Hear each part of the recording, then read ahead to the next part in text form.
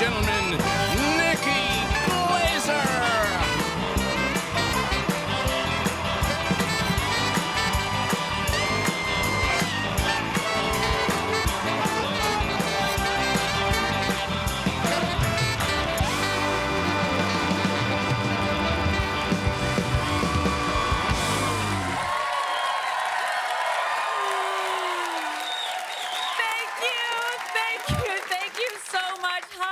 Nikki Glazer, and I am so happy to be here tonight.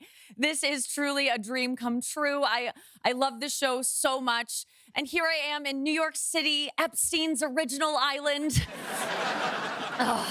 It's such a special night. I got a spray tan tonight. Thank you. It deserves that. Thank you. There's so many pasty white girls who are terrified to get spray tans because you're scared. You're like, I'm gonna look orange. And I just believe me, I promise you, it's better than what you are, okay? Don't be scared. They're always like, I'm gonna look like Trump. I'm like, bitch, that's why he won.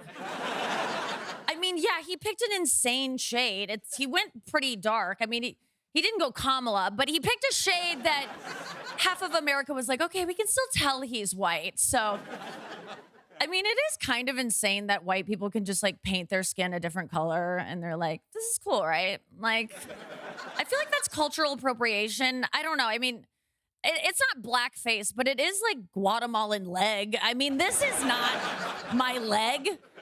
I'm like, oh my God, mi amo is Nikki. Look at that. Am I saying that right?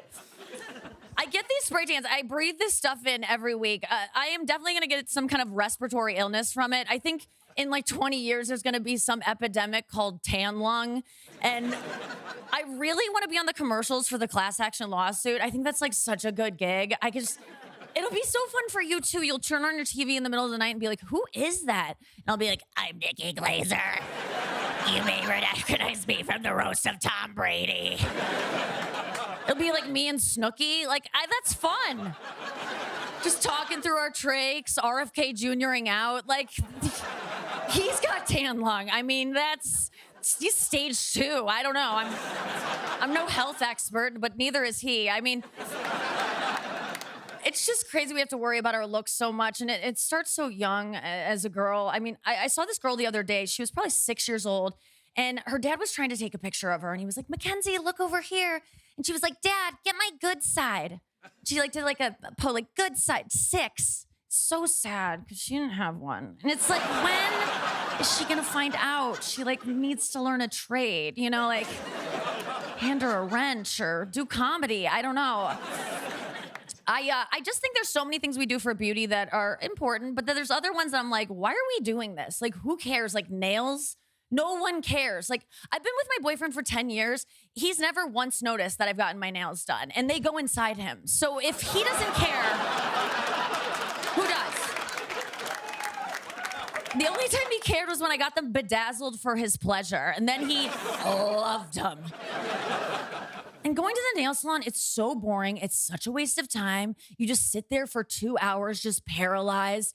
I feel like men think we go to the nail salons with our girlfriends and we just chit-chat the whole time. But that's not the case. You can go to the nail salon with a friend, but you get separated at the border. They do not let you sit next to each other. It's so antisocial. You're just sitting there watching Beat Bobby Flay on mute. You can't talk to the woman doing your nails because slavery. I mean, I don't know. She seems stuck and sad. I don't know. I think I'm just paranoid. I'm just kind of obsessed with slavery recently because every time you go to a women's restroom, a public women's restroom, and you sit in the stall, there's always a poster on the back of the stall that's asking you if you're being trafficked. Women, we have these, right? Yes. They're in every stall. They're in every world language. I mean, English is really tiny, and it's you wish. But it's men's restrooms do not have these signs. I don't know what signs you have. Maybe do you have signs that are want a slave? Text traffic to 6969. But it's really a big fear of being trafficked, mostly for Gen Z girls. I have a lot of Gen Z friends that I bought, and they're terrified. And I don't relate. I'm 41. That was not a fear of mine ever in my 20s. In my 20s, I just feared good old fashioned rape. I didn't think it would be a career. We didn't think it was anything more than a temp job on a frat house futon. But it's real though. I'm getting scared. Like it's rubbing off on me. Like I was out with them recently and I was like, what if we get trafficked? And they're like, you're good. And I'm like, they're like, we're safer when you're with us because they think you're our madam. So you have like resting Ghislaine face. So just keep that up. I'm like, what? I'm gonna get it fixed. I'm gonna get a facelift pretty soon here. And my boyfriend doesn't want me to. He's like, no, don't do your face. I love your face. Do your tits. And I'm like, what? That's all he cares about. He's a short guy, so that they're like all he sees, I think. I think that's why he's focused on them. I do date a short guy. He's shorter than me, but he's like really hot. And I honestly think that's why I got him, because I could never get his face on a taller model. Like, if you want to get a 10 in the face, you got to go 5'7" in the height. That's the trick. It's like getting a hot guy on discount. He's marked down. I met my boyfriend at TJ Maxx, clearance rack. He was hiding in it. It's crazy. Sometimes I'll post a picture of us online and I'll get comments of like, girl, he's hot. Like, how'd you get him? And I'm like, if you zoomed out, you'd see he's sitting on my lap. So this is a tiny guy. We're digging in the bargain bin, ladies. But yeah, girls don't like short guys. And I guess it's because you want a tall guy so that like you can feel like, oh, he can protect me and murder me someday. I don't know if that's it.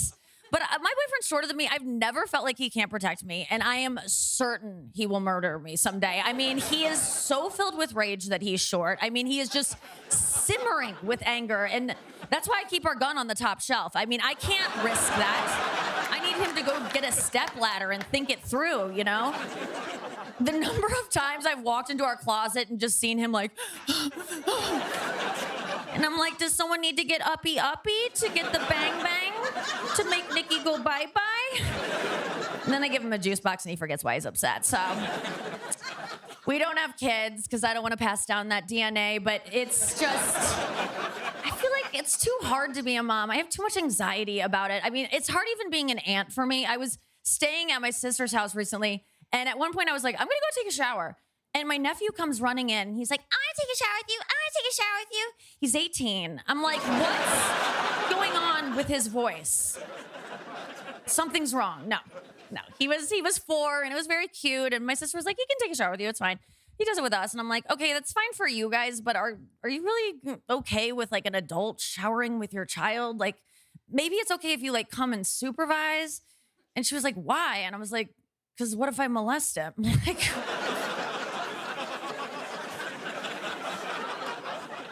And she was like, would you? And I was like, no, I would never. That's disgusting.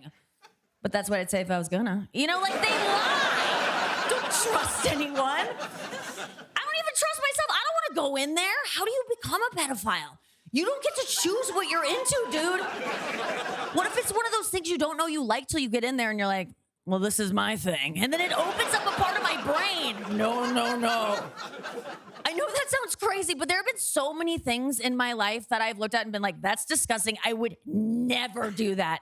And now I'm like, pickleball's kind of fun, actually. So it's like, I don't know. Thank you guys so much. We have such an incredible show for you tonight. Somber is here. So stick around and we'll be right back.